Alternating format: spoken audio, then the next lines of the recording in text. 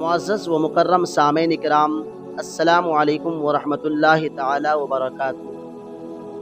حضرات محترم،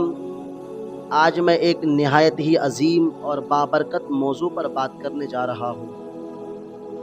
اور وہ ہے جشن عید میلاد النبی صلی اللہ تعالی علیہ وسلم۔ ناظرین کرام، اللہ تبارک و تعالی نے اپنے محبوب نبی کریم صلی اللہ تعالی علیہ وآلہ وسلم کو پوری انسانیت کے لیے رحمت بنا کر بھیجا۔ قرآن کریم میں اللہ تبارک و تعالی ارشاد فرماتا ہے، وَمَا أَرْسَلْنَاكَ إِلَّا رَحْمَةً لِّلْعَالَمِينَ، یعنی اے محبوب، ہم نے آپ کو تمام جہانوں کے لیے رحمت بنا کر بھیجا ہے۔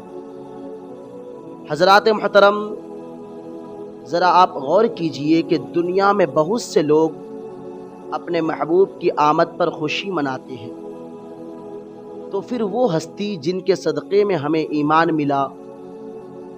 جنہوں نے ہمیں اللہ تبارک و تعالیٰ کی معرفت عطا فرمائی، جنہوں نے اندھیروں سے نکال کر روشنی کا راستہ دکھایا،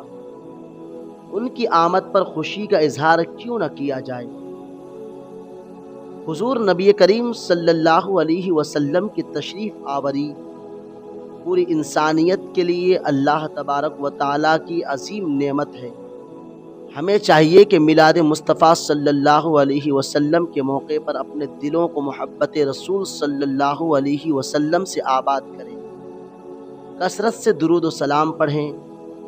حضور نبی کریم صلی اللہ علیہ وسلم کی سیرت کا ذکر کریں، اور اپنی زندگی کو نبی کریم صلی اللہ علیہ وسلم کی سنت کے مطابق بنانے کی کوشش کریں۔ محبت رسول صلی اللہ علیہ وسلم صرف زبان سے دعویٰ کرنے کا نام نہیں ہے، بلکہ محبت کا تقاضا یہ ہے کہ انسان اپنے محبوب کے فرمان کو مانے، ان کی سنتوں کو اپنائے، اور ان کے اخلاق کو اپنی زندگی میں پیدا کرے۔